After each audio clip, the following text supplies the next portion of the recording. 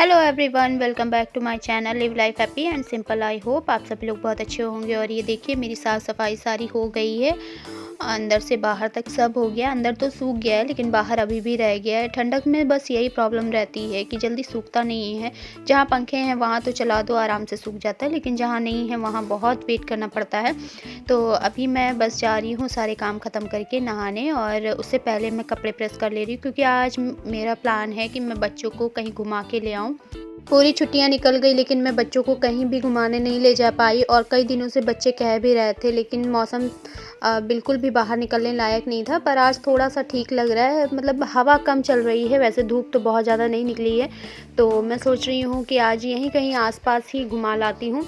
और मैं भी नहा धो के आ गई हूँ, बस बाल बनाने रह गए थे, वो मैं बना ले रही हूँ। और आज मैं इस तरह से चोटी बना रही हूँ। ये मुझे लग रहा है कि 12-13 साल बाद मैं इस तरह की चोटी बना रही हूँ, क्योंकि शादी से पहले मैं इस तरह से बनाया करती थी और शादी के बाद फर्स्ट टाइम ही बना रही हूँ। तो अभी मैं कर ले रही हूँ पूजा।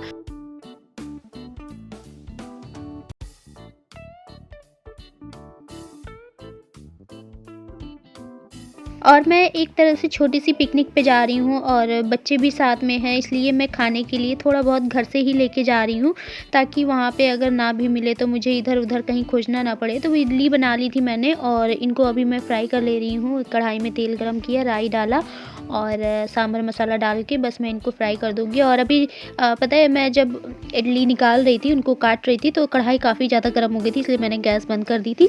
तो राई और मसाला जब अच्छे से भुन गया, उसके बाद फिर से गैस ऑन करके मैं इडली को अच्छे से इधर-उधर पलट के फ्राई कर ले रही हूँ।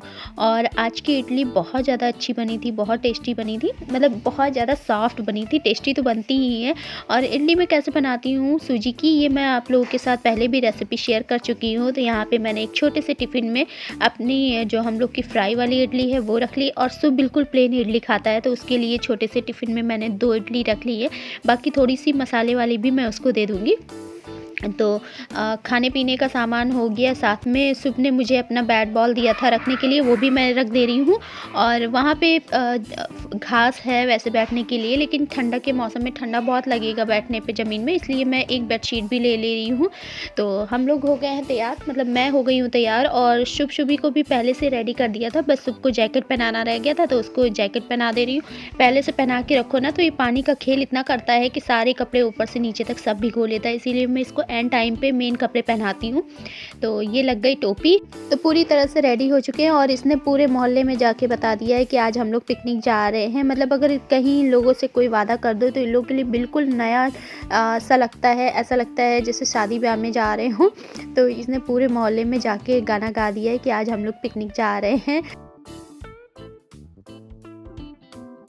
और जाड़े की छुट्टियों के बीच में मैंने मुझे लग रहा है 3-4 दिन बाद स्कूटी निकाली। तो 3-4 दिन बाद जब भी स्कूटी निकालो वो अच्छे से स्टार्ट नहीं होती है, क्योंकि वो बहुत ठंडी पड़ चुकी होती है, बैटरी उसकी बिल्कुल काम नहीं कर रही होती है। तो पहले तो 5 से 10 मिनट उसको स्टार्ट करने में मेहनत लगती है, उसके बाद फिर जाके वो जाने लायक होती है।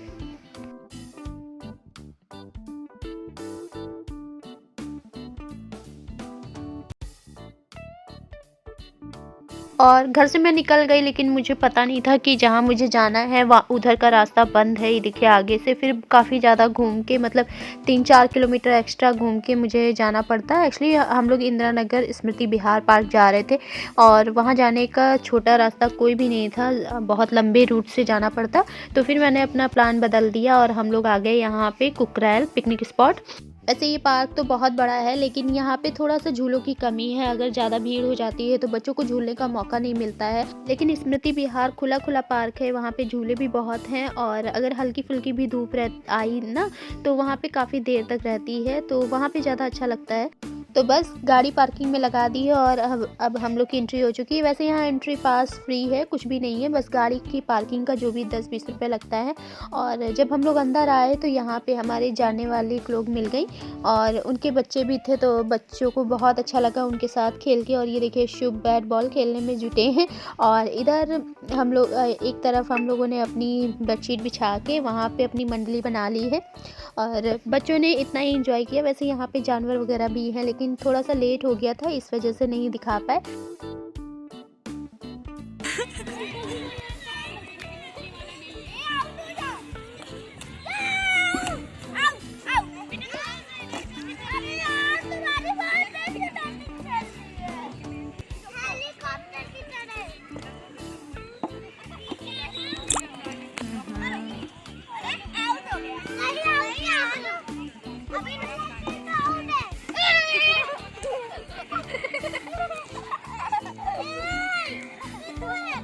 और पिकनिक से हम लोग लगभग 5 बजे वापस आ गए थे। बीच का मैंने कुछ भी नहीं शूट किया है क्योंकि मेरा फ़ोन स्विच ऑफ हो गया था। घर से तो मैं निकली थी तो मेरा लगभग आधी बैटरी थी, लेकिन वहाँ पर नेटवर्क नहीं था बिल्कुल भी, इसकी वजह से बहुत जल्दी स्विच ऑफ हो गया। तो जिस वजह से बीच की चीज़ें मिस हो गई। फिर वहाँ पिकनिक से आने के बाद मैं 1-2 मॉल गई थी, मुझे अपने लिए स्वेटर लेनी थी। मेरी जो आने जाने की स्वेटर मेरे पास नहीं है, बस 1-2 हैं, वही मैं हर जगह पहन के जाती हूँ। तो सोच रही थी थोड़ा पार्टी वेयर एक स्वेटर ले लूँ, लेकिन मुझे कुछ समझ में नहीं आया। फिर मैं जल्दी वापस आ गई क्योंकि शाम भी हो रही थी और फिर बच्चों को ले गई थी तो ठंडा भी बढ़ने लगा था। वहाँ से आने के बाद फिर मैंने चाय वाय बनाई। चाय पीने के बाद फिर मैं लग गई हूँ गाजर के हलवे की तैयारी में। गाजर मैं पहले ही धुल के रख के गई थी तो ये इनका पानी भी अच्छे से सूख गया है। अब मैं जो भी इसमें हल्की फुल्की जड़ें हैं ना और गांठ जैसा बना हुआ है वो सब साफ़ कर ले रही हूँ चाकू से। ज़्यादा नहीं छील के साफ़ करूँगी वरना आधे से ज़्यादा गाजर तो ऐसे निकल जाती है। तो थोड़ी थोड़ी सी जड़ें हटा के उसके बाद फिर मैं इनको कद्दूकस कर लूँगी। और शुभी को भी मैंने काम दे दिया है। ज़्यादा मटर नहीं है, 1 किलो है, तो उसको मैंने पकड़ा दिया है कि इसको छील के रख दो। और ये सारे काम कराने में उसको भी बड़ा इंटरेस्ट आता है मेरे साथ। मतलब मैं कुछ काम कर रही होती हूँ तो उसमें हाथ बटाने में उसको बहुत अच्छा लगता है, तो मुझसे बातें करती जा रही है और मटर भी चिल्ला रही है। और गाजर के हलवे की फरमाइश शुभी की ही थी, तो मुझसे पूछ भी रही है मम्मा कितने देर में बन जाएगा, आज बनेगा कि कल। तो मैं उसको चिढ़ाने के लिए बोल रही थी कि कल बन पाएगा ये हलवा। बनाने के लिए मैं मोटी वाली गाजर लेके आई थी और ये पूरी 4 किलो गाजर है, जिसको कद्दूकस करने में मेरे हाथ की हालत ख़राब हो गई थी। बहुत ज़्यादा मेहनत लगी थी कद्दूकस करने में। आधी गाजर जब कद्दूकस हो गई है तो मैंने उसी भगोने में रख के पकने के लिए रख दिया था। पानी नहीं डाला था, बस ऐसे ही ढक के थोड़ा सा स्टीम में पकने के लिए रखा था। और ये भगोना इतना हल्का है ना, ये देखिए इसमें नीचे लग गई है गाजर। तो इस भगोने को मैं हटा दूंगी और मेरे पास एक छोटा कुकर है तो और भारी तली का है, तो उसमें मैं रख दूंगी। थोड़ा 2-2 बार करके डालना पड़ेगा क्योंकि ये बहुत ही छोटा है। लेकिन हाँ, इसमें बिल्कुल भी लगने का डर नहीं रहता है। अगर थोड़ा सा लग जाता है, जलने की महक आने लगती है, वो फिर अच्छा नहीं लगेगा। इसी वजह से मैं ये छोटे वाले कुकर का यूज़ कर रही हूँ और इसमें 2-3 बार में मैं अच्छे से स्टीम दे दूँगी गाजर को।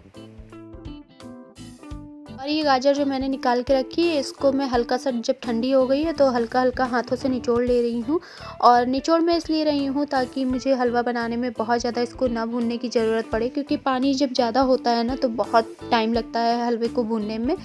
जो ऊपर की गाजर थी वो तो बहुत जल्दी ठंडी हो गई थी, लेकिन अंदर की गाजर बहुत ज़्यादा गर्म थी, तो उसको भी मैं लेकिन हल्के हल्के से धीरे धीरे करके निचोड़ ले रही थी। और ये वाला जो जितना भी जूस निकलेगा ना, मैं वो सभी को काला नमक डाल के दे दूँगी पीने के लिए। मैं इसको वेस्ट नहीं करती हूँ। काला नमक डाल के पीने में बहुत ज़्यादा टेस्टी लगता है, मेरे बच्चों को भी बहुत पसंद है। सुख को तो स्पेशली, वो जूस का बहुत ज़्यादा शौकीन है। तो सारी गाजर को मैंने अच्छे से निचोड़ लिया है और कढ़ाई में डाल दिया। जिसमें खोया बनाया था उसी कढ़ाई में मैंने पका लिया है।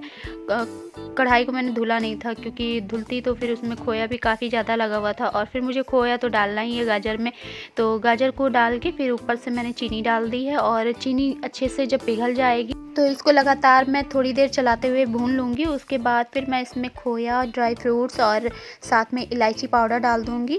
और जितने में ये पक रहा था ना, उतनी देर में मैंने इलायची कूट के पाउडर बना लिया था। और मेवे में तो वैसे मेरे पास ज़्यादा कुछ नहीं था, सिर्फ बादाम रखे हुए थे तो बादाम को ही काट लिया है, काजू ख़त्म हो गए थे। तो कोई नहीं, जितने भी मेवे रखे हों वो डाले जा सकते हैं, ऐसा नहीं है कि इसके लिए कुछ अलग से मंगाना है। हाँ, इसमें नारियल वगैरह मुझे नहीं अच्छा लगता है तो मैं वो सब नहीं डालती हूँ, लेकिन हाँ, काजू बादाम अगर होता है तो उससे टेस्ट बहुत अच्छा आ जाता है। साथ में चिरौंजी भी डाल सकते हैं। और ये जो इलायची का छिलका निकला है वो मैं चाय पत्ती में डाल दे रही हूँ, वो चाय बनाने में काम आ जाएगा। मैं इसको फेंकती नहीं हूँ छिलके को, क्योंकि कुछ ना कुछ तो स्वाद आ ही जाता है चाय पत्ती में।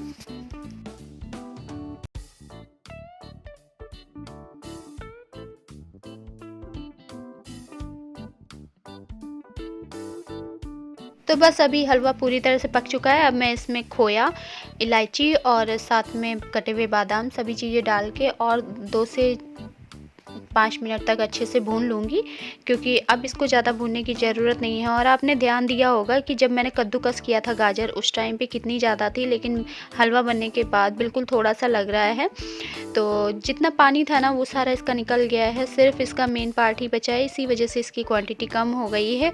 और यही चीज़ कम करने के लिए मुझे बिना निचोड़े अगर मैं बनाती ना तो कम से कम 2 से 3 घंटे लग जाते। इसमें भी अच्छा खासा 1 घंटा लग गया है।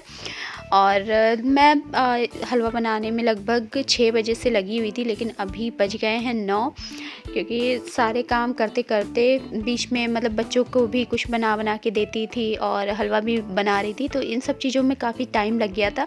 क्योंकि हलवा बना रही थी, फिर बीच में सूप की डिमांड आई, मम्मा फ्रेंच फ्राइज़ खाना है तो फ्रेंच फ्राइज़, उसके बाद हस्बैंड आए तो उनको भी कुछ देना। इस वजह से मुझे लगभग 3 साढ़े 3 घंटे लग गए थे ये सारी काम करने में। और अब मैं लगी हूँ डिनर बनाने में। तो आज हस्बैंड की फरमाइश थी कि सिंपल सी खिचड़ी बनाओ, तो उड़द की दाल तो ख़त्म हो गई थी, अरहर की दाल की मैं आज बना रही हूँ। बस लहसुन और जीरे का तड़का दे के घी में, और मैंने दाल चावल मिक्स करके डाल दिया है, नमक डाल दिया, पानी डाल दिया। पानी मैंने इसमें गर्म करके डाला है ताकि थोड़ा सा मुलायम और गीली बने, क्योंकि अगर पानी साथ में डालो ना ठंडा तो फिर उससे अच्छी खिली खिली नहीं बनती, और इस तरह से अगर बनाओ तो बहुत अच्छी खिली खिली सी और मुलायम बनती है खिचड़ी। तो जब तक इसमें सीटी लग रही है, देखते हैं हमारे हलवे का क्या हाल है। हलवे को मैं कढ़ाई से निकाल के एक बर्तन में रख दे रही हूँ, और कढ़ाई को रख दूँगी धुलने के लिए। लेकिन अभी ये नहीं धुलूँगी, मैं भिगो के रख दूँगी, इसको सुबह ही धुलूँगी, क्योंकि काफ़ी टाइम हो गया और खड़े खड़े मेरे पैरों ने भी जवाब दे दिया है, बहुत थक गई हूँ मैं आज। थोड़े से बादाम तो मैंने पहले हलवे में डाल दिए थे और थोड़े से बचा के रख लिए थे ऊपर से गार्निश करने के लिए। ऊपर से सजा के बादाम या काजू डालने में बहुत अच्छा लगता है, वो देखने में अच्छा लगता है। तो ये देखिए हलवा बन के तैयार है। तो बाकी सभी को मैंने सर्व कर दिया हलवा, बस मैं और शुभ बचे थे, तो शुभ मेरे ही साथ खाता है ज़्यादातर, तो मैं उसको भी खिला रही हूँ और मैं भी खा रही हूँ। तो बस ये वीडियो मैं यहीं पर एंड करती हूँ। अगर आपको मेरा ये वीडियो पसंद आया हो तो लाइक करिए, चैनल पर न्यू है तो सब्सक्राइब कर लीजिए, और फैमिली फ्रेंड्स में शेयर करना बिल्कुल भी मत भूलिए। मिलती हूँ फिर एक अच्छे से वीडियो के साथ, तब तक के लिए बाय बाय, गुड नाइट।